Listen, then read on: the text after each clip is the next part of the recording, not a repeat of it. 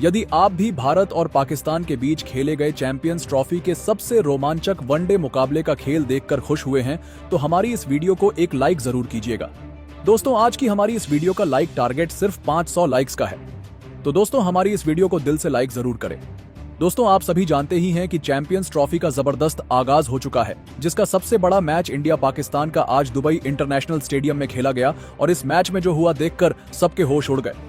तो दोस्तों, बताने जा रहे हैं आपको इस वीडियो में मैं दोनों ही टीम के बीच खेले गए इस कांटे के वनडे मुकाबले का पूरा रोमांचक हाईलाइट। उससे पहले यदि आपने अभी तक हमारे चैनल को सब्सक्राइब नहीं किया है तो सब्सक्राइब जरूर कर लें। क्रिकेट से जुड़ी ऐसी ही ताजा अपडेट पाते रहने के लिए तो दोस्तों, भारत और पाकिस्तान के बीच यह ऐतिहासिक मुकाबला दुबई क्रिकेट स्टेडियम में खेला गया, जहां टॉस के लिए सिक्का उछाला गया तो सिक्का पाकिस्तान के पक्ष में गिरा। जहां जहां टॉस जीतकर पाकिस्तान के कप्तान मोहम्मद रिजवान ने पहले बल्लेबाजी करने का फैसला लिया और भारतीय टीम को गेंदबाजी के लिए आमंत्रित किया था, जिसके बाद पाकिस्तान की टीम तरफ से पारी की शुरुआत करने साउद शकील और बाबर आजम की जोड़ी मैदान में उतरी। जहां भारतीय टीम की तरफ से पहला ओवर मोहम्मद शमी को सौंपा गया, जिसकी आखिरी गेंद पर बाबर ने एक बेहतरीन चौका लगाकर शानदार शुरुआत करी। जहां पाकिस्तान की यह ओपनिंग जोड़ी आज बेहतरीन फॉर्म में नजर आ रही थी और यह दोनों ही मिलकर भारतीय गेंदबाजों पर बड़े शॉट खेल रहे थे और इन दोनों ने मिलकर अपनी टीम के लिए शानदार अर्धशतकीय साझेदारी बना ली थी, जिसने भारतीय कप्तान रोहित शर्मा के साथ साथ गेंदबाजों की भी परेशानी बढ़ा दी थी। जहां बाबर आजम का बल्ला जमकर बोल रहा था और उन्होंने इस मुकाबले में अपना बेहतरीन अर्धशतक पूरा किया और 10 ओवर में अपनी टीम को 75 रन के पार पहुंचा दिया था।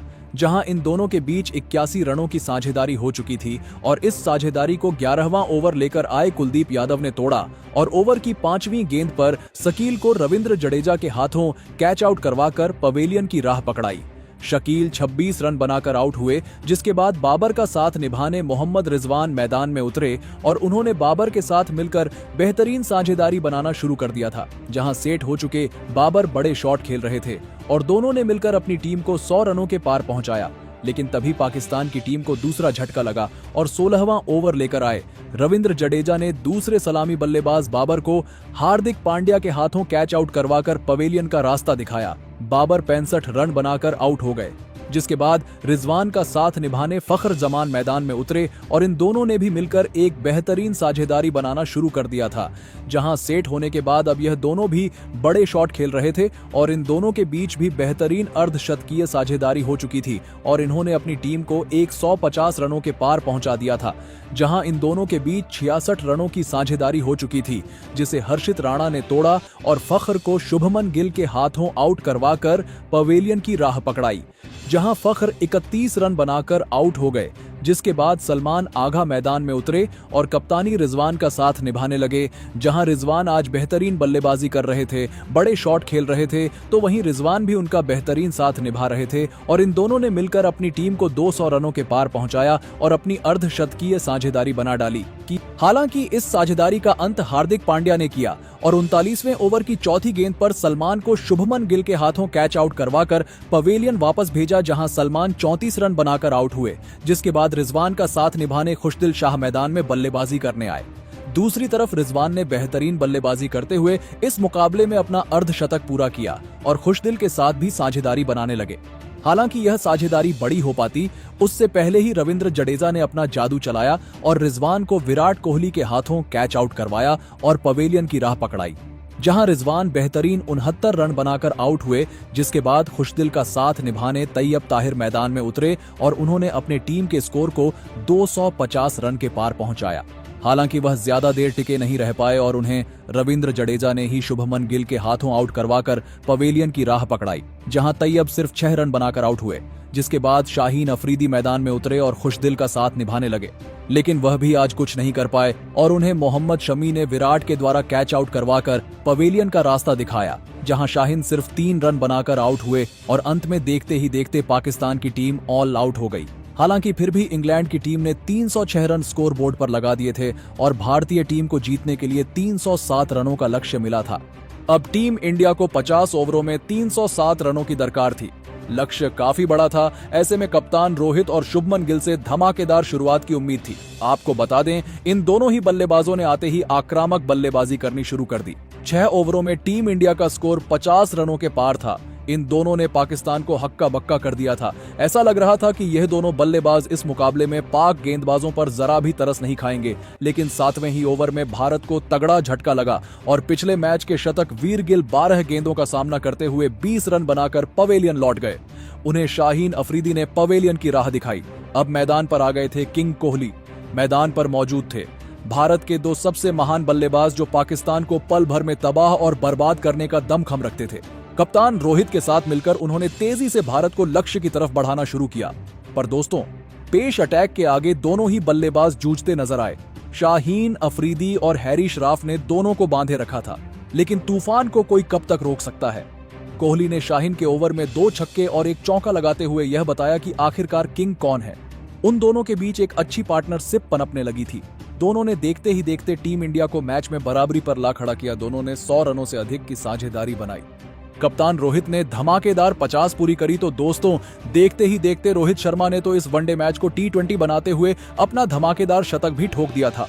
दूसरी तरफ विराट भी खड़े खड़े केवल उनकी अद्भुत बल्लेबाजी का आनंद उठा रहे थे। इस दरमियान रोहित के बल्ले से 8 खौफनाक छक्के भी निकले थे, जिसकी बदौलत ही भारत 31 ओवरों के बाद 200 रनों तक पहुंच गया था। लेकिन फिर अच्छी बल्लेबाजी कर रहे रोहित नसीम की गेंद पर कैच आउट हो गए। हालांकि जाने से पहले उन्होंने 108 रनों की एक शानदार पारी खेली। अब मैदान पर थे किंग कोहली और हार्दिक पांड्या। जी हां, ये वही बल्लेबाज है जिनसे इस वक्त दुनिया भर, खास तौर पर पाकिस्तान के गेंदबाज खौफ खाते हैं। टीम इंडिया को जीत दिलाने की जिम्मेदारी इन दोनों बल्लेबाजों के कंधों पर थी। बता दें, इन दोनों ने संभलकर भारत को जीत की तरफ बढ़ाना शुरू किया। हालांकि इस बीच रनों की रफ्तार में लगाम सी लग चुकी थी। हालांकि फिर उन्होंने काउंटर अटैक करने का मन बनाया। इन दोनों के बीच देखते ही देखते 50 रनों की पार्टनरशिप हो चुकी थी। कोहली ने दोबारा पाकिस्तान की धज्जियां उड़ाते हुए 92 गेंद पर तूफानी शतक ठोक दिया था। पांड्या भी अपनी ताबड़तोड़ बल्लेबाजी से उनका बखूबी साथ निभा रहे थे। इन दोनों की आतिशी बल्लेबाजी के दम पर इंडिया ने मुकाबले को अंत तक पहुंचा दिया। आखिरी 5 ओवर में भारत को जीत के लिए 58 रनों की जरूरत थी। जीत काफी मुश्किल लग रही थी क्योंकि हर ओवर में लगभग 12 रन बनाने थे। ऐसे में इन दोनों ही बल्लेबाजों को करिश्माई बल्लेबाजी करनी थी।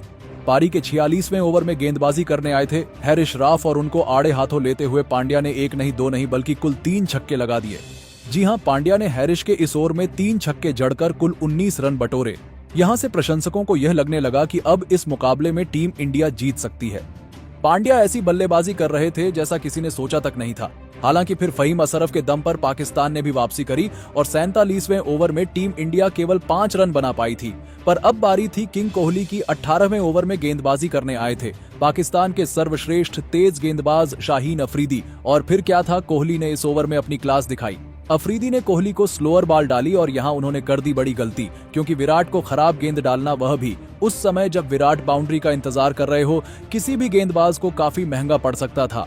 अफरीदी की उस गेंद को विराट ने सीधे स्टेडियम पार मारा। इतना ही नहीं, शाहीन अफरीदी के इस ओवर में 2 चौके और 1 छक्का लगाते हुए विराट ने कुल 18 रन बना डाले।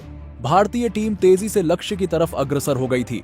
अब भारत को आखिरी 2 ओवरों में जीत के लिए 25 रनों की दरकार थी, लेकिन पारी के 49वें ओवर में गेंदबाजी करने आए राफ ने केवल 6 रन ही दिए।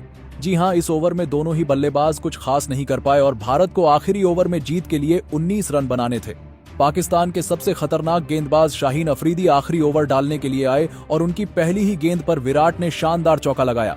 अब आखिरी 5 गेंदों में जीत के लिए 15 रन बनाने थे। अभी भी जीत काफी दूर नजर आ रही थी, लेकिन अफरीदी की दूसरी गेंद पर भी विराट ने एक और चौका लगा दिया। अब आखिरी 4 गेंदों में 11 रन रह गए, लेकिन तीसरी गेंद पर शाहीन अफरीदी ने वापसी की और केवल 1 रन दिया। अब कुंग-फू पांड्या स्ट्राइक पर आ गए। अब 3 गेंदों में बनाने थे 10 रन। अफरीदी की चौथी गेंद पर हार्दिक ने एक्स्ट्रा कवर के ऊपर से शानदार छक्का लगाया।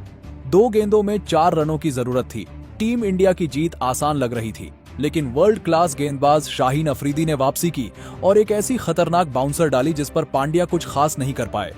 दोस्तों, अब 1 गेंद पर 4 रन बनाने थे। स्ट्राइक पर थे हार्दिक। प्रशंसकों को उम्मीद थी कि वह भारत को जीत दिला देंगे। आपको बता दें, शाहीन अफरीदी ने इस पर परफेक्ट यार्कर डाली। ऐसा लगा था कि पाकिस्तान जीत गया, लेकिन फिर हार्दिक के बल्ले से बिजली कौधी। माही के अंदाज में उन्होंने मिड ऑन के ऊपर से ऐसा हेलीकॉप्टर शॉट जड़ा कि गेंद देखते ही देखते हवा में कब गायब होकर स्टेडियम के पार चली गई, पता ही नहीं चला। और इस गगनचुंबी छक्के की बदौलत हार्दिक पांड्या ने एक मस्ट विन मुकाबले में टीम इंडिया को न केवल जीत दिलाई, बल्कि पाकिस्तान के घमंड को चूर चूर कर नया इतिहास लिख दिया, जहां पाकिस्तानी टीम और उनके फैंस तो स्टेडियम में ही आंसू बहाने लगे थे। जी हां दोस्तों, इस रोमांचक मुकाबले में एक बार फिर टीम इंडिया ने अपनी जीत का झंडा गाड़ दिया था, जहां किसी ने सपने में भी नहीं सोचा होगा कि पाकिस्तान का टीम इंडिया इतना बुरा हाल कर देगी, वह भी उस समय जब पाकिस्तान ने इतना बड़ा स्कोर खड़ा कर दिया था और पाकिस्तान के गेंदबाजों को एक्सपोज करके टीम इंडिया ने रख दिया। तो दोस्तों, कैसी लगी आपको टीम इंडिया की यह धमाकेदार जीत? आपको क्या लगता है कि टीम इंडिया क्या अब इसी तरीके से चैंपियंस ट्रॉफी भी अपने नाम कर पाएगी? अपनी कीमती राय नीचे कमेंट करके जरूर बताइए और ऐसी ही नई नई और धमाकेदार खबरें सबसे पहले जानने के लिए हमारे इस वीडियो को लाइक और चैनल को सब्सक्राइब करना बिल्कुल भी ना भूले। धन्यवाद।